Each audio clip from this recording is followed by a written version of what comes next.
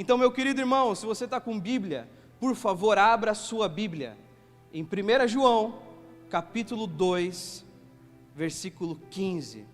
Nós vamos iniciar a leitura pelo versículo 15. 1 João, capítulo 2, versículo 15. Por favor, me acompanhe.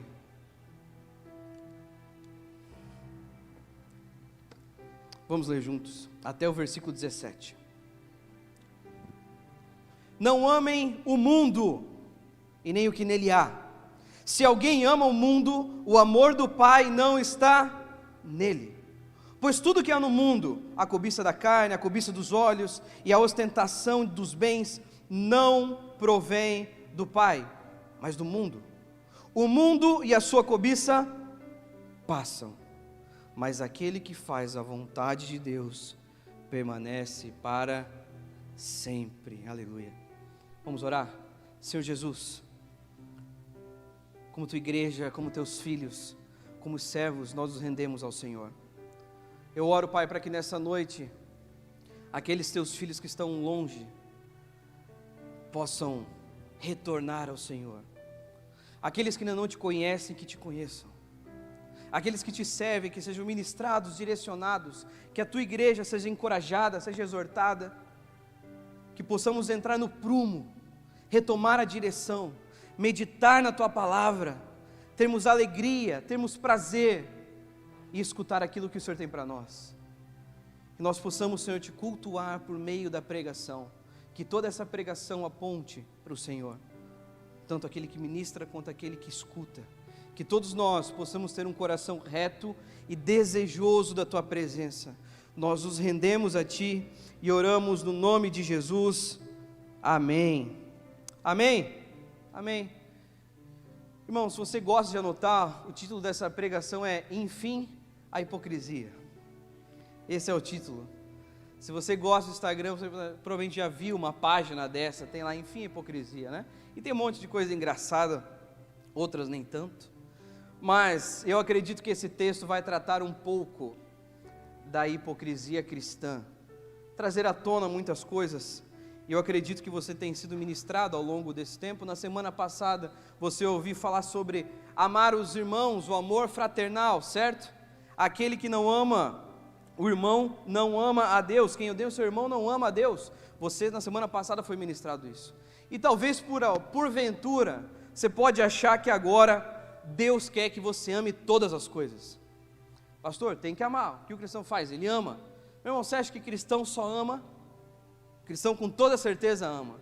Mas agora o apóstolo João fala, pessoal, vocês precisam amar, porque aquele que está em Deus ama o seu irmão. Mas mesmo você que está em Deus, não só ama, mas você também odeia. Nós precisamos aprender a amar aquilo que Deus ama e odiar o que Deus odeia. Existem algumas coisas que não devem ser amadas, e não é só o Corinthians, existem outras coisas também.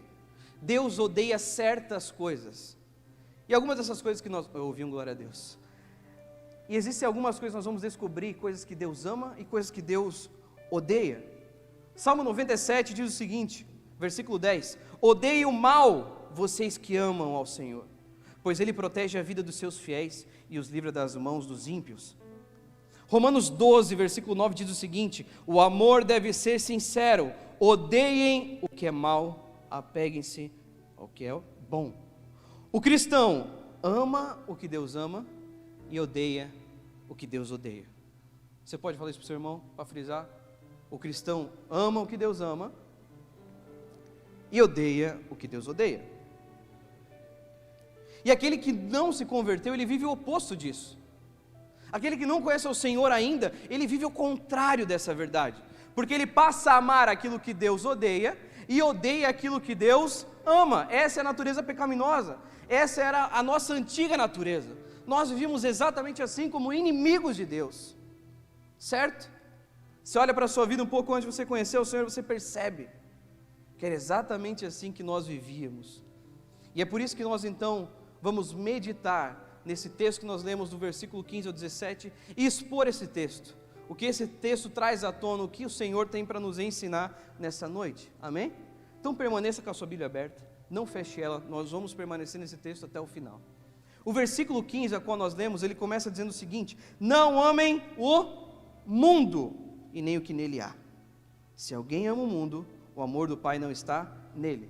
Primeiro conselho, de fato nós sabemos, nós não devemos amar o mundo. Quem ama o mundo não tem o amor do Pai. Amor ao Pai significa não amar ao mundo. Isso não é uma opção, isso é uma condição. Aquele que ama o Senhor, ele não pode amar ao mundo. Mas pastor, eu amo o mundo. Então você não ama o Pai. Mas pastor, lá em João 3,16 fala que Deus amou o mundo de tal maneira que deu seu Filho unigênito para que todo aquele que nele crê não pereça, mas tenha vida eterna. E aí, pastor, será que existe uma contradição bíblica? Porque agora Deus fala para não amar o mundo, mas Ele mesmo amou o mundo. Nós devemos então meditar na palavra e compreender o que o Senhor está falando a respeito de mundo. Porque a Bíblia vai trazer à tona 3 tipos de mundo. E o primeiro que eu quero ler para você é o mundo material. Atos 17, 24 diz o seguinte: o Deus que fez o mundo e tudo que nele há é o Senhor dos céus e da terra e não habita em santuários feitos por mãos humanas. O mundo material é a criação, o mundo. Deus criou o mundo, a criação. Será que é esse termo que o Senhor está usando aqui pelo apóstolo João, quando diz para não amar o mundo? Não. E agora, pastor, em João, o que ele está falando? Qual mundo que ele está falando?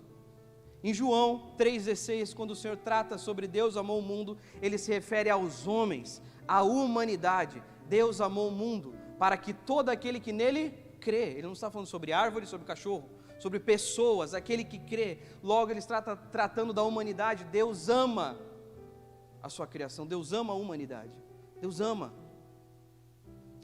Pastor, então é esse mundo que está falando na carta aqui? Não. Ele está falando sobre o sistema do mundo. Não amem o mundo. Esse mundo a qual o apóstolo João se refere nesse momento é o sistema do mundo. É como o mundo funciona, é a mentalidade caída. Não amem essa mentalidade, não ame o sistema do mundo, como o mundo pensa, a maneira vergonhosa de viver. Romanos 1 fala sobre a humanidade caída, sobre o pecado do homem, que ele é lançado às suas próprias vergonhas. A maneira vergonhosa de viver, a mentalidade pregada por Satanás, o governo estabelecido por Satanás, uma cosmovisão diabólica, a maneira de enxergar o mundo de acordo com o próprio coração humano pecaminoso. É sobre esse mundo que João está falando. E agora nós percebemos a gravidade disso tudo, porque Deus odeia a forma como o mundo é governada pela natureza pecaminosa. Deus odeia o abandono familiar. Deus odeia o estupro. Deus odeia a violência doméstica. Deus odeia quando nós estamos sensualizando a criança. Deus odeia. Deus odeia como o mundo está caminhando. Você percebe que a cada dia está pior, não está, meu irmão? Porque essa é a maneira como Satanás governa o mundo. E é esse sistema que Deus odeia. E se Deus odeia, o que nós como cristãos devemos fazer? Odiar. E é aqui que se coloca em xeque o nosso cristianismo. Será que nós estamos conformados? Porque nós devemos odiar esse sistema. Nós não somos vítima desse sistema. Meu irmão, você não é vítima. Parece que agora você foi, ai pastor, eu vivo no meio desse mundo, por isso que eu vivo assim. Não, meu irmão, é você quem faz o mundo ser assim. Somos nós. A nossa natureza caída faz com que o mundo seja o que seja. Você está percebendo? Então, de alguma maneira, nós precisamos abrir os nossos olhos. Devemos ser inimigos do pecado. Os nossos inimigos são Satanás, seus anjos, o mundo e nós mesmos. Nunca esqueça disso. Esses são os nossos maiores inimigos. Não ame o sistema do mundo. Amém? Não esqueça isso. Não ame o sistema desse mundo caído. Não ame. Continuando o texto, meu irmão. Versículo 16, por favor, me acompanhe. O versículo 16 diz o seguinte: pois tudo que há nesse mundo, nesse sistema, a cobiça da carne, a cobiça dos olhos e a ostentação dos bens, não provém do Pai, mas do mundo. Você percebe que dentro desse sistema existe em nós o desejo intenso pelo prazer físico e material. E esse sistema do mundo, sistema caído, não é criação de Deus, é uma deturpação da criação. Aquilo que poderia ser perfeito foi corrompido, é uma deturpação. Deus não criou esse mundo com vícios, Deus não criou o mundo com violência, com maldade, com escravidão. Deus não criou o mundo assim. O mundo, meus irmãos, que conhecemos hoje, não é criação de Deus. O mundo em que nós vivemos hoje, da maneira como se encontra, não é a criação original. Ela foi deturpada. E sabe qual é o problema? O problema mais grave, mais sutil, você vai perceber isso. É que Satanás, o maior desejo de Satanás, é que nós nos conformemos com esse mundo. Está ruim, mas podia estar pior. Também, se é assim, pastor, também não tem muito o que fazer. E nós começamos então a nos amoldar ao padrão do mundo. Nós encaixamos um pouco aqui, nos adaptamos aqui, ali. E quando nós percebemos, já estamos confortáveis nesse sistema. Você já se percebeu assim? Confortável naquilo que nós não deveríamos estar confortáveis. E é bizarro tudo isso, porque nós só compreendemos isso quando alguém nos alerta. Caramba, é verdade. Eu não percebi que eu estava acomodado nesse padrão, nesse sistema caído, porque é sutil. A maneira como Satanás age é sutil. O texto do versículo 16 vai destacar 3 armadilhas que o mundo propõe a nós. 3 armadilhas que o mundo propõe a nós. O primeiro ponto: o mundo oferece desejo intenso por prazer. Desejo intenso por prazer. Primeiro, meu irmão, deixa eu dizer uma coisa: Deus te criou com prazer. O prazer não é pecado. Quando você sente o cheiro da pizza, você fala, meu Deus, como é bom. O toque de alguém, o abraço de alguém, o próprio relacionamento íntimo de um homem e uma mulher é prazeroso. Não há problema ter prazer. O problema destacado aqui é quando o prazer está acima de tudo. O problema é quando nós buscamos o prazer a qualquer custo. Esse é o problema. E é exatamente assim que o sistema do mundo caminha. O mundo nos empurra para que nós tenhamos prazer acima de tudo, acima da justiça, acima da liberdade do outro, acima de perdermos a sobriedade. O que importa é o prazer, é o desejo incontrolável daquilo que de fato é bom. Lembra quando tua mãe falava assim para ti? Minha mãe falava, pelo menos: Bruno, para de inventar moda. Tua mãe falava isso para ti? Essa é a característica de Satanás. Ele inventa moda, porque ele não cria nada. Satanás é uma criatura. Lutero fala que é um cachorro de Deus. Não tem autoridade, não tem comparação. Lembra que tinha no Facebook aquelas fotos assim, que era o diabo e Deus, assim, queda de braço, né? Curte, daí Deus ganha. Se você só olhar, aí Satanás ganha. Não existe essa competição. Deus é Deus, meu irmão. Então Satanás não cria nada, mas ele deturpa, ele inventa moda. Ele inventa moda. Quer ver? Vou te dar uma. Quantos aqui, olha só, quantos aqui gostam de dormir? Se você é pai, levanta as duas mãos. É pecado gostar de dormir? Não. O descanso é divino. É bom descansar. Não é pecado descansar. Agora, quando nós colocamos o nosso sono acima de tudo, isso se transforma em preguiça. E a preguiça é pecaminosa. Ela é uma deturpação daquilo que é bom. Dormir é bom. Quer ver outra coisa? Sexo é pecado? Não é pecado. Quando feito no lugar certo, na hora certa. Agora, quando nós colocamos o sexo acima de tudo, nós encontramos a pornografia o adultério, quando colocamos o sexo acima de tudo, o prazer do sexo acima de tudo. Você está compreendendo? A deturpação, inventar moda com aquilo que é bom. O problema não é ter prazer, o problema é ter o prazer acima de tudo. Ter uma coisa, Deus não nos criou para nós termos prazer acima de tudo. Deus não te criou para ter prazer acima de tudo. Pastor, o importante é eu estar feliz. Mentira. Se você fizer isso, sai desse mundo, porque você não serve para esse mundo. Porque você vai ter aflição, você vai ter frustração no teu casamento. Se o teu casamento durar só enquanto você está feliz, ele já acabou. Se o teu trabalho durar só enquanto você está feliz, acabou. Se a tua caminhada com Jesus durar somente quando você encontra prazer, ela já acabou, nem começa. Porque nós não fomos criados para termos prazer acima de tudo. O cristão não busca prazer a qualquer custo, porque ele já encontrou o verdadeiro prazer em Cristo, e isso custou muito na cruz. Amém? Não esqueça disso. Não deseje o prazer acima de tudo. Segundo ponto, a segunda armadilha, é o desejo intenso por aquilo que vemos, a cobiça dos olhos, a inveja, a murmuração. Eu queria ter aquilo. Pô, também nunca vai, né? Todo mundo consegue, eu nunca consigo. A cobiça dos olhos. Parece que dá certo para todo mundo, menos para mim.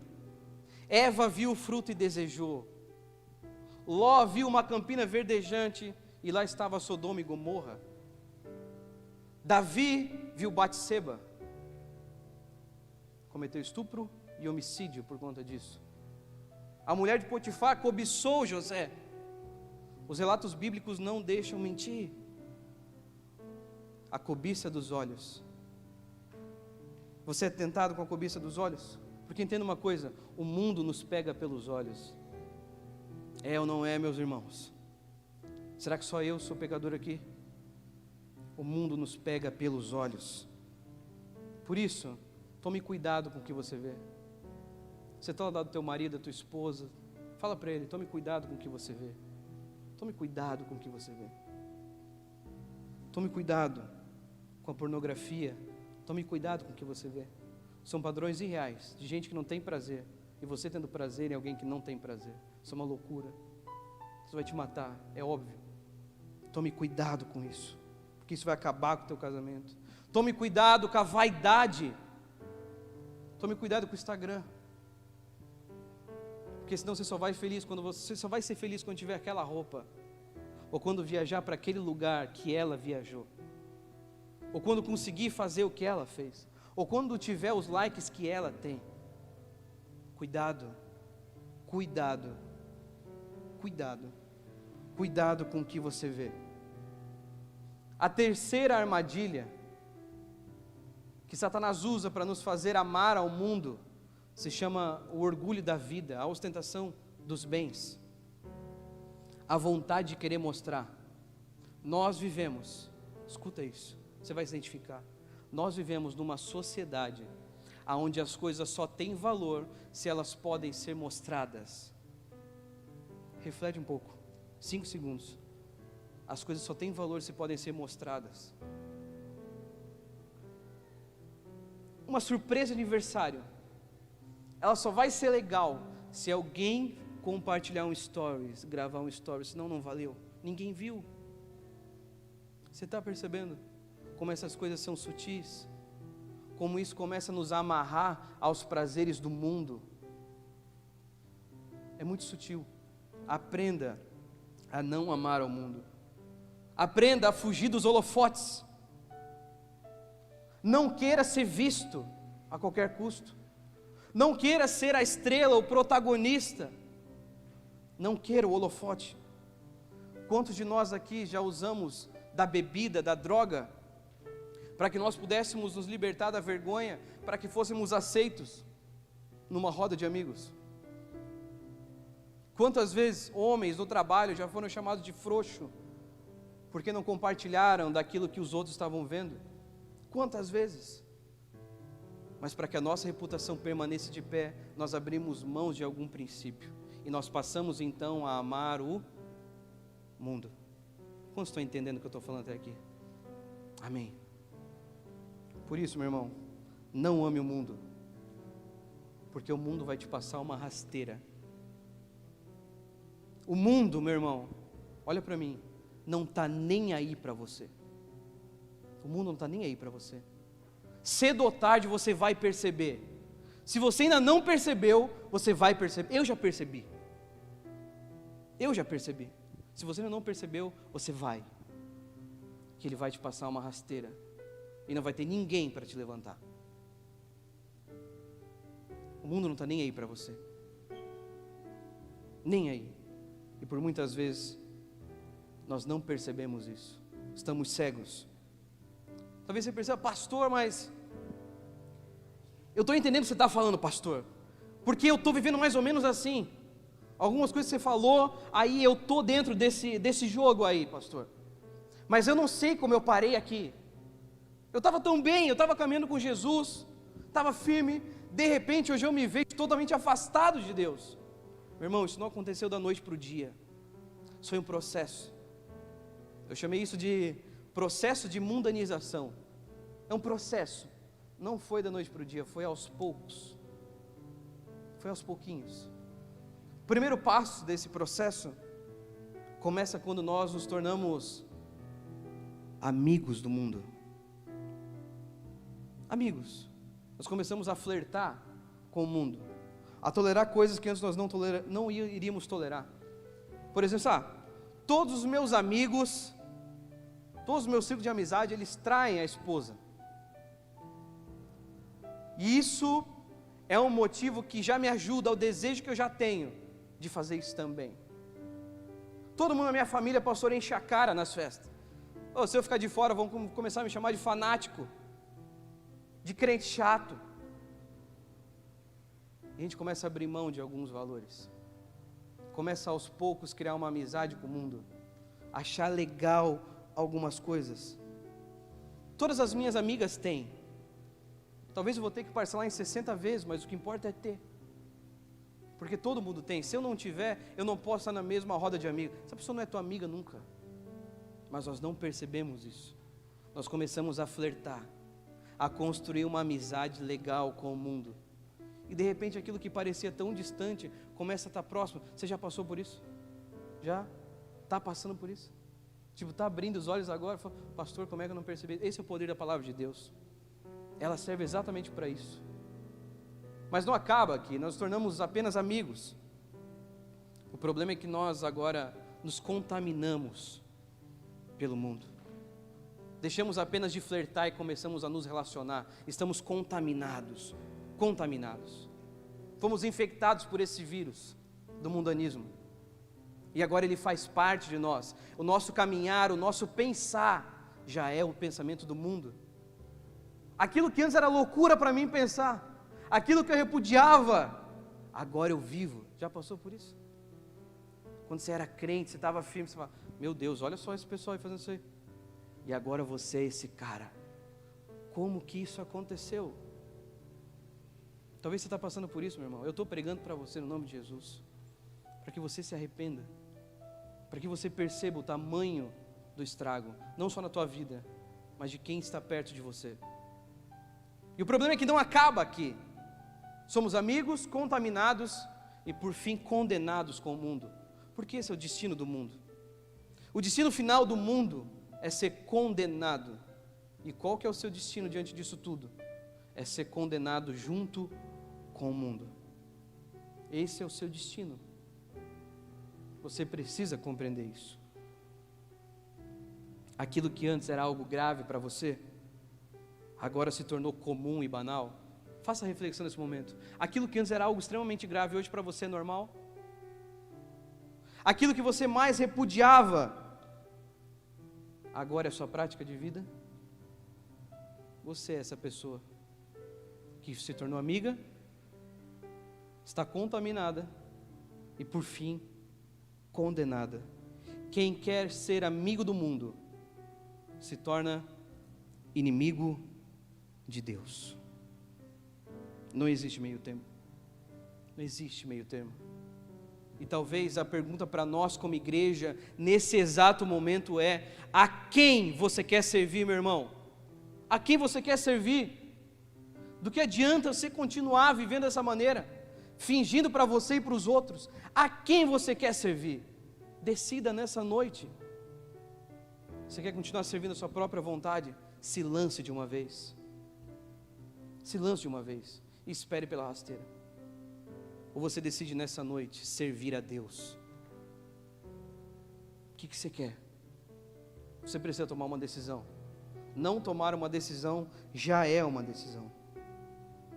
Irmão, esse mundo não provém de Deus. A vaidade acima de tudo, o prazer acima de tudo, a insatisfação não provém de Deus. Se de alguma maneira você percebe tomado por essas coisas, escolha servir a Deus. Chegamos então no último versículo, versículo 17. Leia comigo, por favor, na sua Bíblia. Entenda o que acontece com o mundo. O mundo e a sua cobiça passam, mas aquele que faz a vontade de Deus permanece para sempre. Amém. O que você decide, meu irmão? O mundo vai passar. Tenha certeza, o mundo vai passar. A aparência passa. Eu nunca vou ficar lindo assim para sempre. Você nunca vai ficar tão lindo assim para sempre. A aparência passa. Passa. Os negócios passam. O dinheiro que fez você trocar, abandonar sua família por causa dele, vai passar. Essa grana que você está ganhando vai passar uma hora. Talvez ela vai te dar, em nome de Jesus, que te dê uma condição muito boa, carros, casa, em nome de Jesus. Mas entenda que isso passa. Vai passar. A própria palavra afirma que a vida é um sopro, meu irmão. Passou. São 70, 80, 90 anos que vão passar assim, você não vai perceber. Você está entendendo? Alguns salmistas tratam a vida como se fosse até de maneira irônica. É nada. É um suspiro. O que é a vida? Você percebe como nós nos apegamos a tantas coisas que no fim passam? Isso vai passar. A minha e a sua vida vão passar. A moda vai passar. Tudo vai passar. Tudo. Aqui vale lembrar C.S. Lewis, clássico, né? Tudo que não é eterno é eternamente inútil. Tudo que não é eterno é eternamente inútil. Posso te dar um conselho? Não abandone a sua fé por causa das paixões desse mundo. Se você já cometeu esse erro, você sabe como é. Não abandone a sua fé por causa das coisas desse mundo. Não vale a pena. Não vale a pena. Não abandone. Quem faz a vontade de Deus vive para sempre. Você está disposto a fazer a vontade de Deus? E encontrar uma vida abundante, uma vida eterna? Você está disposto? Para isso você precisa aprender a odiar o mundo, a lutar contra o mundo. Amém?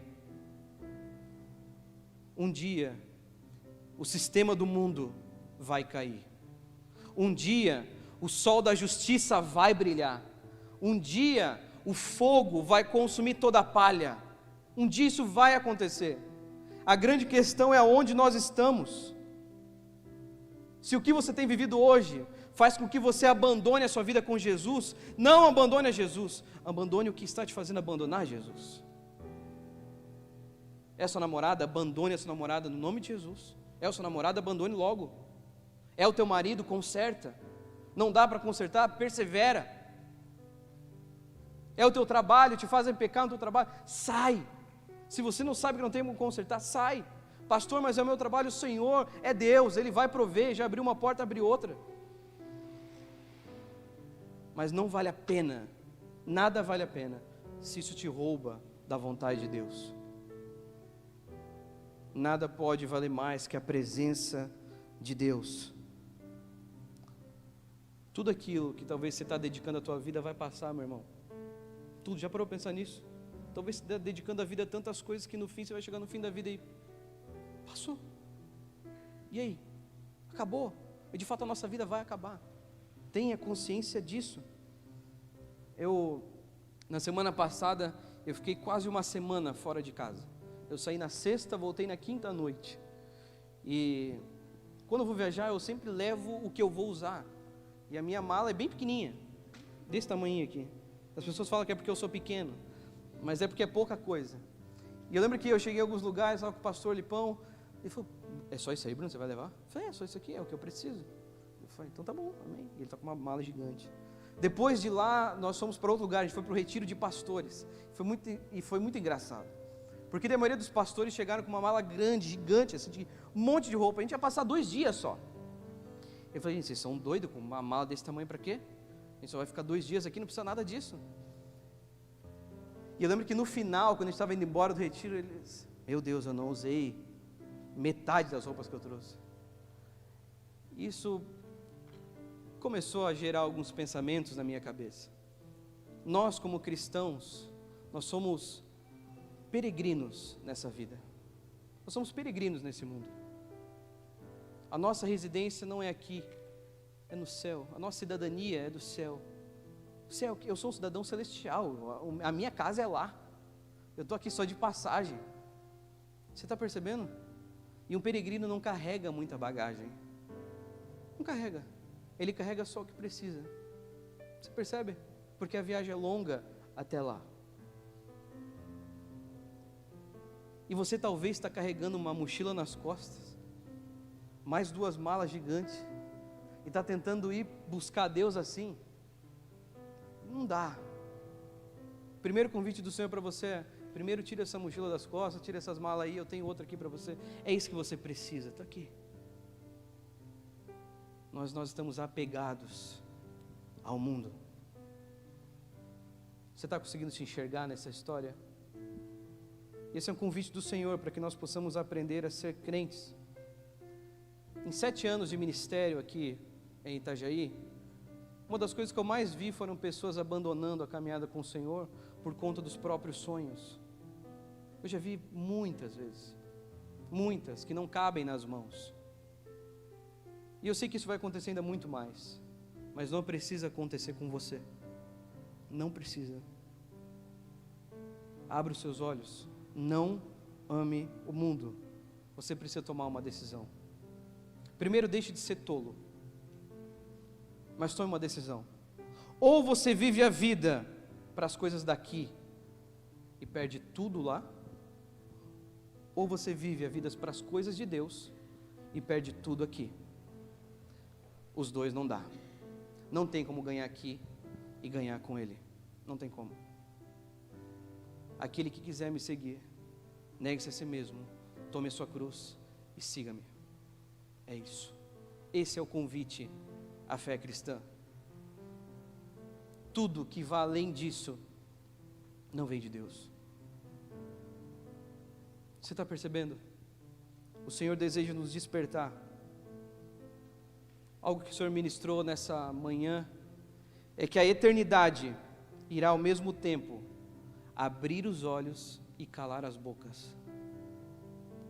Vai abrir o olho de muita gente e calar a boca de muita gente. Vai bastar 5 segundos na eternidade para que a gente olhasse para trás para a nossa vida e falasse: por que eu gastei tanto tempo com essa vida? Faz sentido isso para você? Para viver de acordo com a vontade de Deus, primeiro é necessário crer. Se você diz crer em Jesus, mas não moldou a sua vida de acordo com a vontade de Deus, enfim, a hipocrisia. Se você é alguém que diz crer em Deus, mas ainda ama as coisas desse mundo, constrói a sua vida pensando nesse mundo, você não crê em Deus, meu irmão.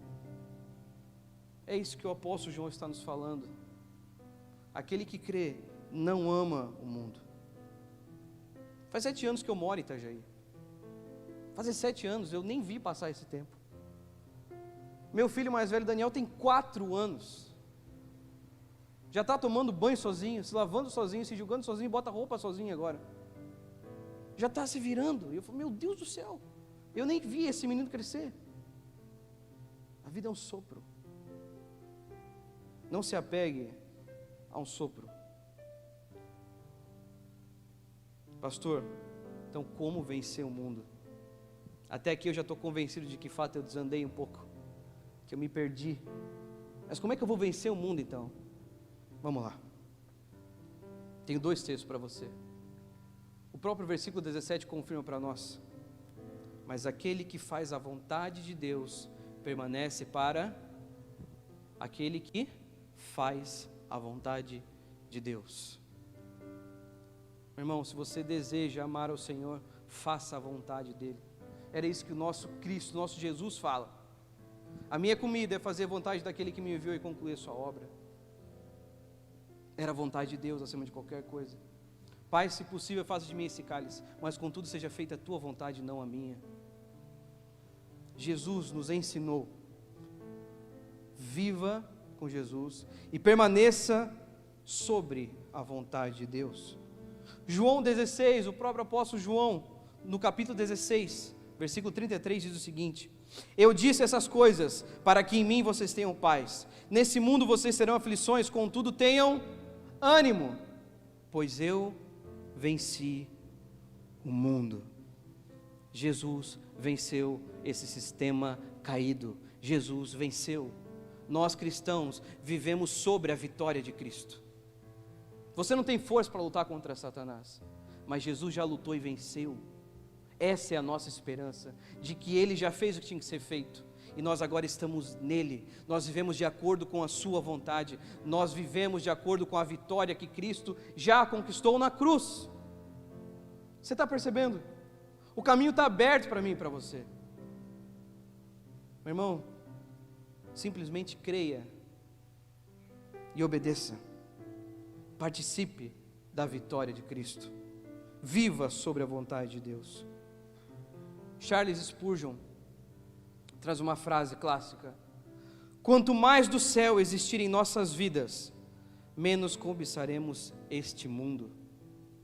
Quanto mais do céu existir em nossas vidas, menos nós cobiçaremos esse mundo.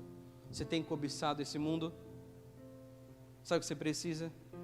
Encher o teu coração com as coisas de Deus. É só isso que você precisa.